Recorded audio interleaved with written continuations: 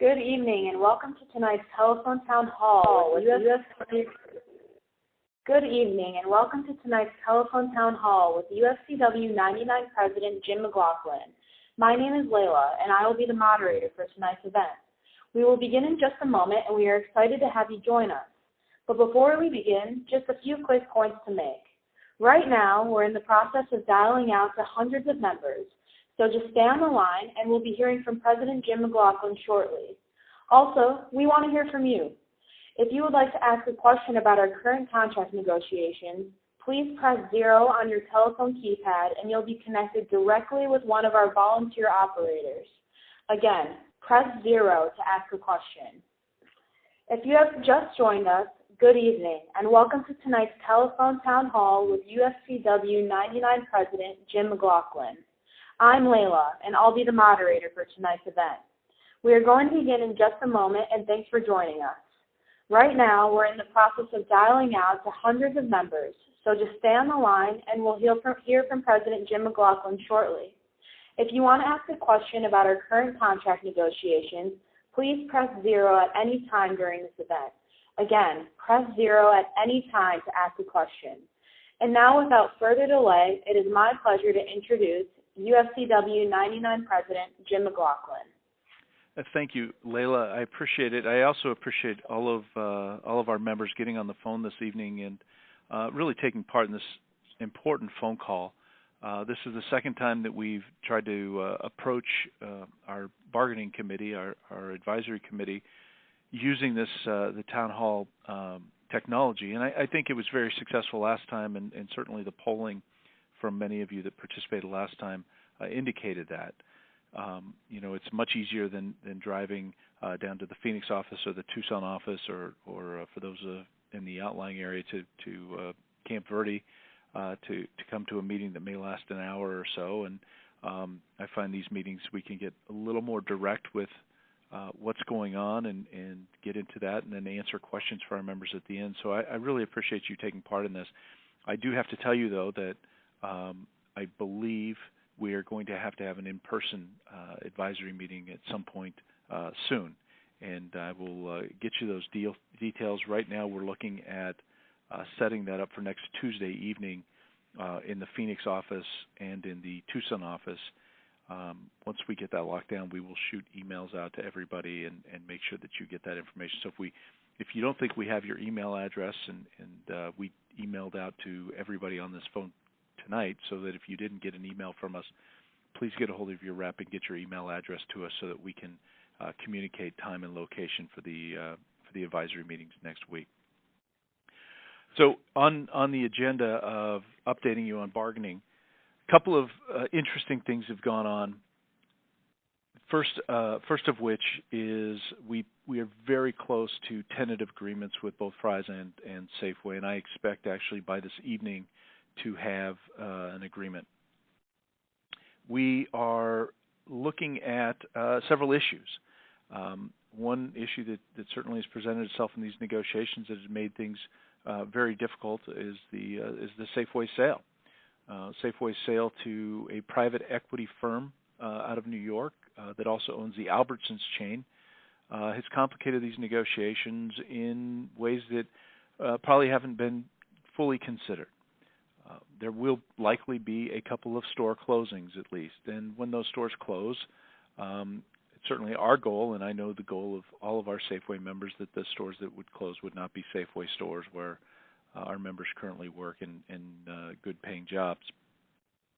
Another complication is the continued blowover effect from healthcare reform that was passed a few years ago and how that impacts health and welfare funds like yours. So as we set out in these negotiations, and for those of you that were on the phone call the last time, as we set out in these negotiations, we really focused on three priorities. All the priorities came from you, from our members, and from our reps bringing back information from the members about wages. We need to see an increase in wages, and it was clear it wasn't just the top rates, although it's important that we see raises. Many of our members talked about increasing the starting rates in the stores. Safeway members in particular would talk about that people would be locked in at minimum wage for quite a while before getting their first raise, and we needed to look at trying to bring the pay scales up at the starting rates so that minimum wage wouldn't pass them over. So that was one of our priorities in it. Pension, protecting the pension, and in particular protecting the Golden 85, the Rule of 85, and protecting benefits for early retirees. So those were a couple of the priorities that we had. And then health and welfare. Making sure that our members that participate in the Health and Welfare Fund are still able to have access to affordable, quality health care for themselves and for their families. And let me start with that issue in particular. It has been more and more difficult across the country for unions, bargaining contracts, especially on the health and welfare side, to continue to provide benefits for entire families. We have seen USW locals in the South and the East give up spousal coverage, for instance, in their health funds, so that the fund would cover the participant, the employee, and their children. We've also seen contracts where part-timers get excluded, or the hours get raised to such a level for participation that the normal part-timer who works 25 hours a week or even a little less isn't even eligible. That the part-timers are ultimately required to work 30-plus hours a week for health care, for their health coverage. And so those were a couple of things that were going on. Now, I say that because that's gone on in other parts of the country. It didn't go on here. It hasn't come up here. And it hasn't come up here because our members who participate in the health fund, and those of us that are trustees on the plan, have been conscientious of our responsibility to protect the health fund. Our members are using in-network providers more and more. Our trustees are creating a plan that provides exceptional coverage for our participants, but also a coverage that provides for wellness. Our members who are eligible for the partnership plans are participating there at a higher, quite frankly, a higher level than any of us expected. And that's good because it means they're healthier. It doesn't have as big an impact or a burden on the fund. And they're living better lives as a result of it. And we've talked about that at other meetings in the past, and certainly membership meetings and stewards meetings. And I think that's something that all of our members need to take a lot of pride in, because it was those efforts, the wellness program, the living healthier, the going to a doctor and not abusing the emergency rooms or the urgent cares, and then the plan design changes that made our fund probably one of the healthier health funds. Sounds a little corny to say, but one of the healthier health funds out there. And with that, there were no issues with the employers where they even suggested taking away spousal coverage or requiring additional hours for part-timers. And so that's certainly a compliment to the fund, the way that we've been running it and the way that we've been using it. We need to make sure that we continue to do that into the future and find opportunities to do that into the future. Back on the pension issue, our members are clear.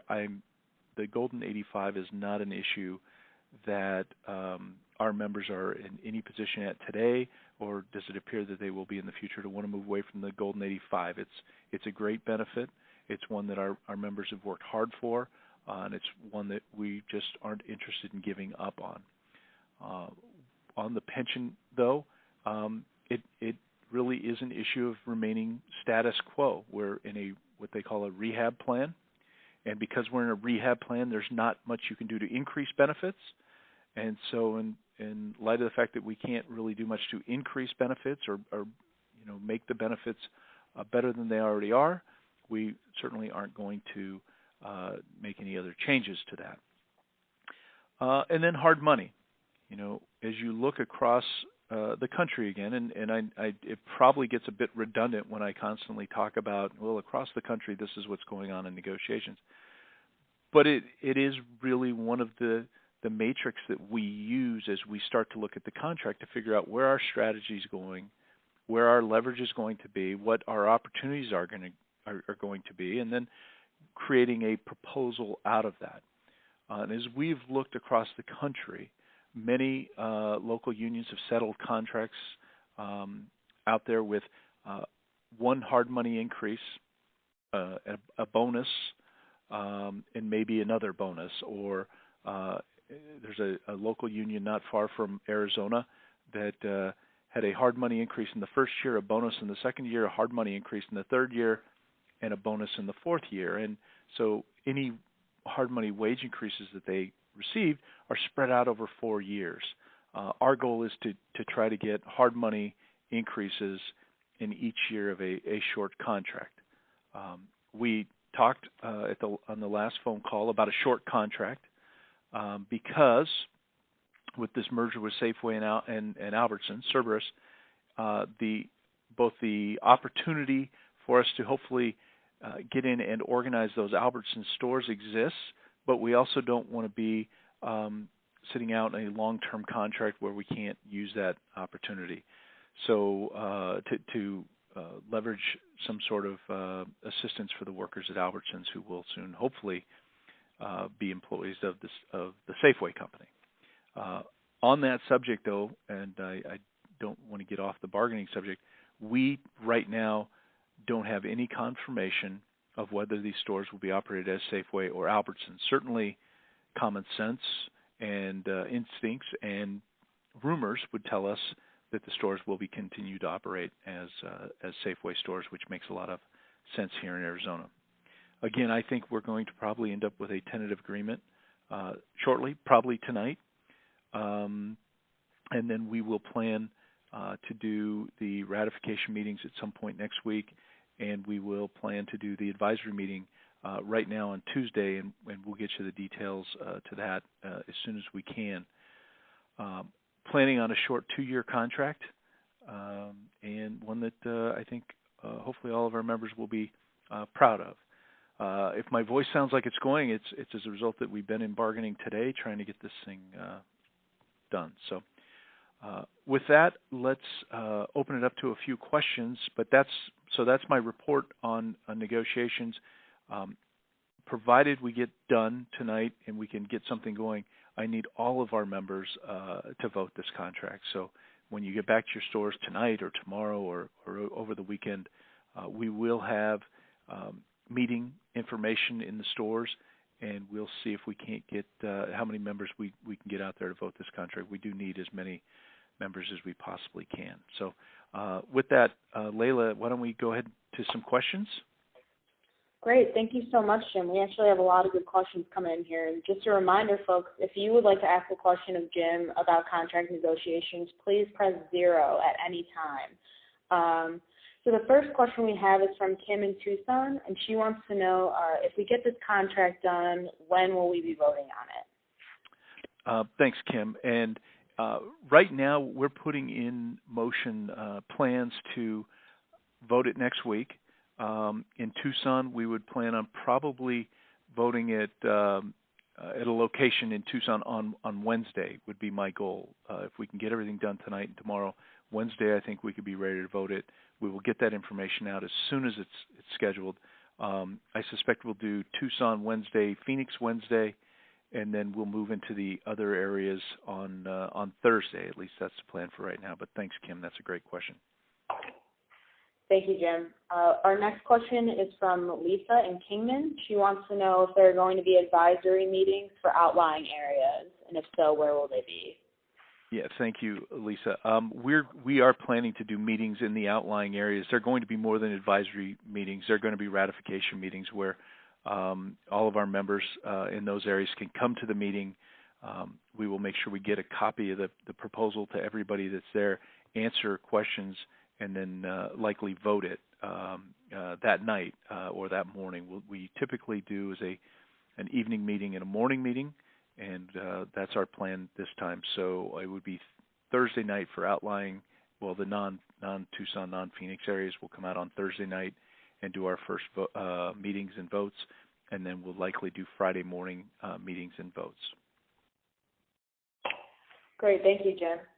Our next question is from David in Phoenix, and he wants to know if GM managers are going to be taken out of the bargaining unit. Thanks, David. Listen, I can't get into any details until we have a tentative agreement, and that's something that we will bring to the meeting on the advisory meeting on Tuesday night, and then bring to our members to vote on Wednesday. So I'm not going to get into any specific details of the contracts, but I will tell you that there are no more exclusions. Neither employer is going to get any additional exclusions as a result of this contract. This is a very short 2-year contract, and we're not going to get into any taking people out of the bargaining unit. But thanks, David. Excellent. Jim, we have our next question from Matthew in Lake Havasu City, and he wants to know if Cerberus a hedge fund, and is Cerberus a hedge fund, and what does that mean if they are buying Safeway? Thanks, Matthew. Cerberus is a private equity fund. They do hedge funds. They do a lot of investing of money, and they use their private equity money to go out and buy companies. They've owned the Albertsons company for several years now, especially here in Arizona. I don't know if you'll remember, about 5 or 7 years ago, there was a spin-off of the Albertsons company. Some stores went to the SuperValu chain. Other stores ended up going to Cerberus to be operated. The Arizona group stayed as a Cerberus-operated chain. That the companies operated them. They run it as a regular grocery chain. So while it's owned by Cerberus, and Cerberus is kind of the money part of it, it really is operated as a traditional grocery store. So from a practical operational perspective, it doesn't mean anything. It's just another grocery store. But from an investment kind of profile, it's not. The Albertsons company is not a stockholder. There's no stockholders in it that would be exchanged on the NASDAQ or the Dow, or there's no stock being traded in that company. But thanks for that question, Matthew. Great, thank you, Jim. Our next question is from Paul in Tucson, and he wants to know if there's been any thought for allowing digital voting or voting via email instead of traveling to a central location. Thanks, Paul, for that. And as you can tell by virtue of using this technology, that I and certainly the local union is not necessarily adverse to using technology, but right now, the way things are set up, and our Constitution and our bylaws really don't allow for electronic voting of any sort. So we will be doing meetings and trying to do as much in the areas as we can to vote with paper ballots and kind of the old-fashioned way, for lack of a better word. But we will set up meetings in as many places as we can and try to make sure that all of our members have reasonable access to meetings. So thank you. Excellent. Thank you, Jim. Our next question comes from Michael in Phoenix, and he wants to know, why are we looking at a 2-year contract and not a 5-year contract?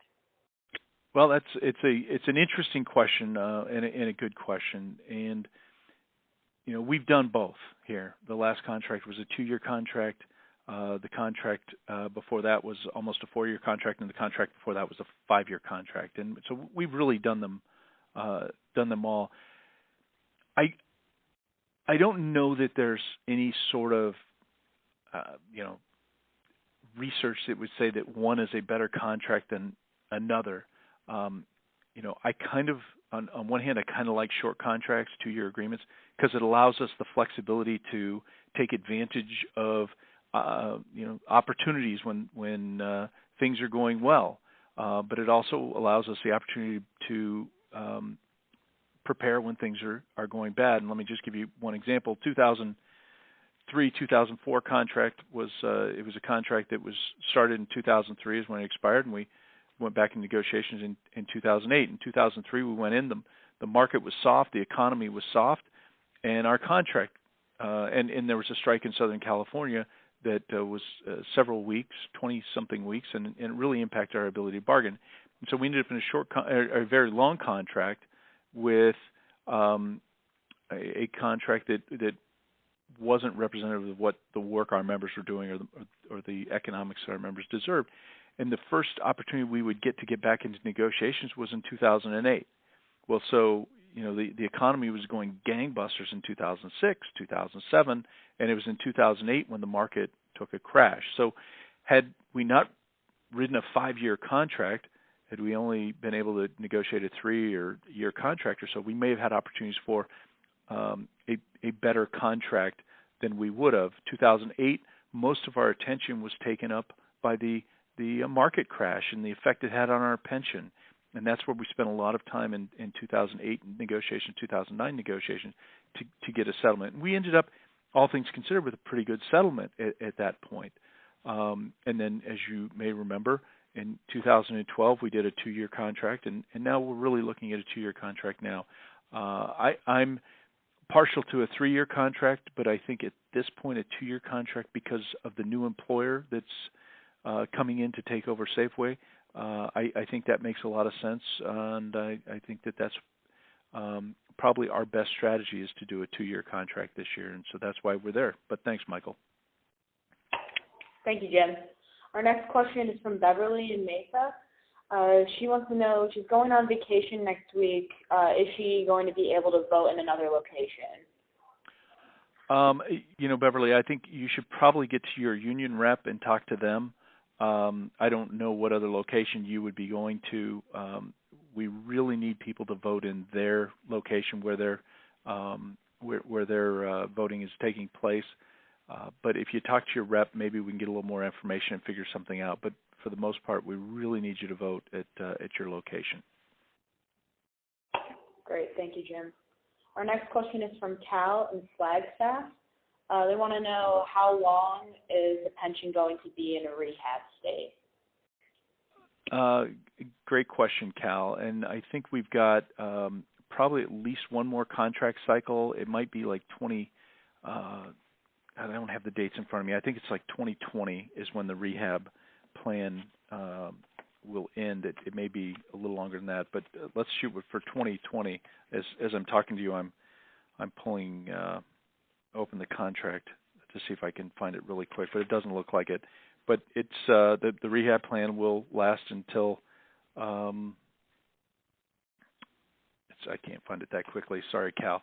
I'll get the information to you, Cal, but it's several more years. Next Great, question. Thank you, Jim.